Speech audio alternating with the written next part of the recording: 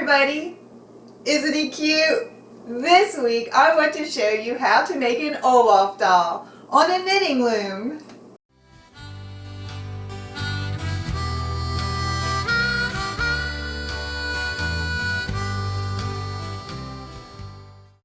A special shout out and thank you to Mike and his granddaughter for encouraging me to come up with an Olaf doll made on a loom. I had so much fun coming up with this pattern. It was an awesome challenge for me.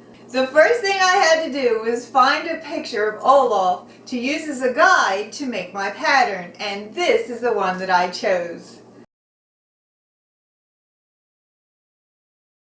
I tried to make this pattern as easy as I could. That way, even beginners can do it.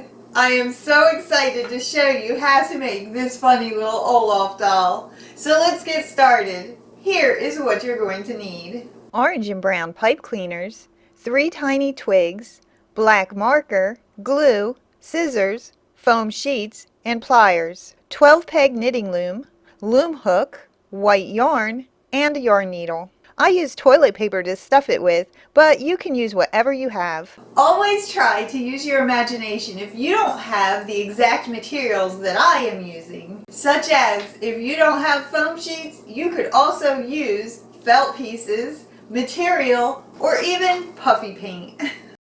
This is the loom that I used. It has 12 pegs. There are 5 sections to our Olaf doll. Each section is done the same way, but they have different numbers of rows. Let me show you how to make the sections and how to count the rows. Double your white yarn and give yourself a little extra on the end. Then tie a slip knot. Put the slip knot on the side peg. Now wrap each peg all the way around the loom like this.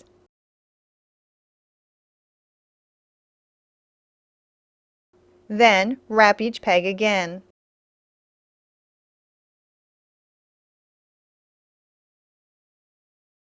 Next, use your loom hook to pull all the bottom loops up and over the top loop and over the top of the peg. Push the loops on your pegs down and wrap each peg again. Do the same steps until you reach the amount of rows you need for that part of the body. Pop the slip knot off of the side peg so we can count our rows. Follow in a straight line and count your rows like this. That is 10 rows, which is perfect for Olaf's head. Now give yourself extra yarn before you cut it because you will use this yarn to take your work off of your loom and to sew Olaf together. Then cut it. Thread your needle and then slip your needle under each loop on the pegs all the way around the loom like this. Now use your loom hook to pull all the loops off of the loom. This is what each piece will look like when you are done. Here is the pattern. The head gets 10 rows. The first body part gets 8 rows. The second body part gets 13 rows. And each foot gets 5 rows. This is the top string and it is easy to pull tight so we can close the end.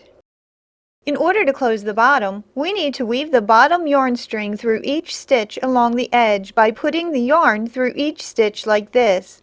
You can use your needle for this, but it is easy enough to use your fingers. I use the smooth side as the outside part of Olaf's body. Now slightly pull the top string to form a cup. Push the bottom string inside, and then use your stuffing to stuff it to the size you need it. Then pull the top string tight and squeeze it to the shape you want it. Olaf's head is skinny at the top and bigger at the bottom, so I use a small piece of paper for the top and a larger piece for the bottom of his head. After it is stuffed, I pull the string tight and I squeeze his head until it is the shape I want it. Now thread this string at the bottom of Olaf's head and sew his head to the first body part.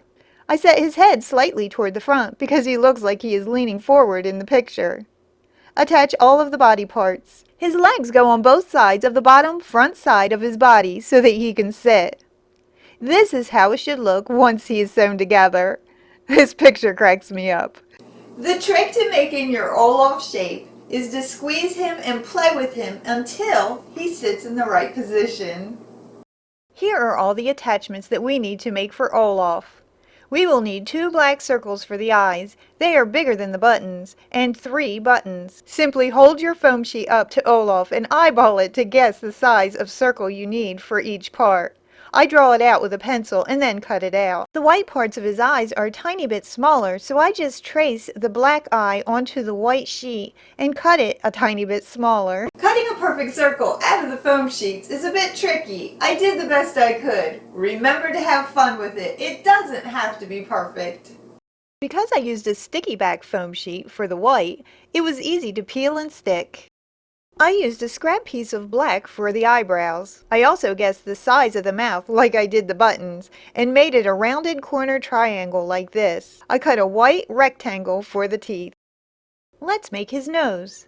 I hold an orange pipe cleaner up to his face to guess the size I want the nose and make it a little longer so I can glue it on. Then I bend it and wrap the wire around and around like this. Now I check the size again and cut the extra off. Now it is time to make his arms. I didn't have a brown pipe cleaner for Olaf's arms, but I did have a green pipe cleaner, so I improvised and I used that. Fold your pipe cleaner in half and cut it. Each of his arms are about 3.5 inches long, so I measure it and cut the pipe cleaner to size. There will be a small piece left over after cutting it, and we will use that for Olaf's hand. Now twist the small piece around the end of his arm like this. Then cut his fingers evenly. There, we have his arms. You have no idea how hard my daughter Kimberly and I laughed when we were trying to figure out how to fix poor Olaf's face after I put him together. Then it hit us. He needed an upper lip, so that is what I gave him. Here's how I did it. All you have to do is chain stitch a piece long enough to go over top of Olaf's mouth. You can do this on a loom like this. Make sure you hold your work tightly with your thumb as you pull the bottom loop over the top. Or you can simply use your fingers and push the yarn through the loops like this. And you could also use a crochet hook to do a chain stitch. Any of these techniques will work for his lip. Then cut the extra yarn off the ends. Now let's glue all of his body parts on. You could use tacky glue or hot glue for this project. Simply glue all the pieces to where they belong. Don't forget to glue his twig hair on. Glue his arms onto where he can rest his hands on his lap. The final thing to do is to color the center of his eyes with a black magic marker. I think these little fellows are awesome, and they always make me smile. I hope you enjoyed watching me make my Olaf doll today, and I hope it inspires you to give it a try too. Don't forget to check out our Facebook page to keep up with Izumi World's news, updates, and pictures that were shared with us. You could also post pictures of your crafts. Here is what was shared with us this week.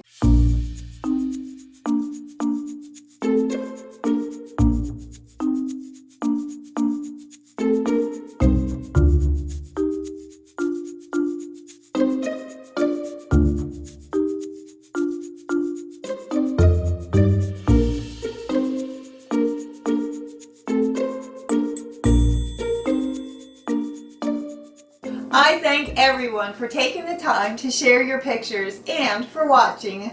Click the like button if you liked this video, and I always love to read your feedback. Look at these awesome butterflies that I came up with over the weekend. I think they would look amazing on hats, scarves, and headbands. I can't wait to show you how I made them. Yes, I made them on a loom.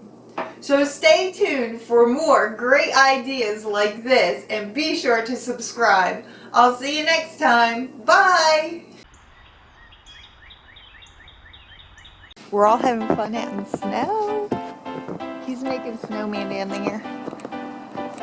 All the snow is falling off of the trees. It's so pretty, it looks like a winter wonderland all the way around up there.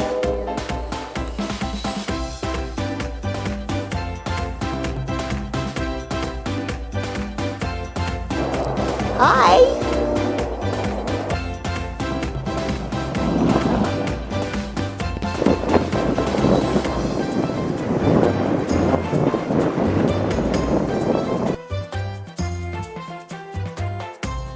Look, kitty's in the snow. Hi, Gracie. She's climbing it. She's like, I gotta stand where there's no snow.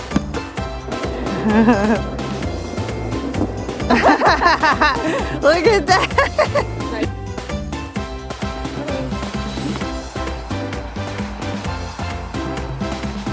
That's so parkour.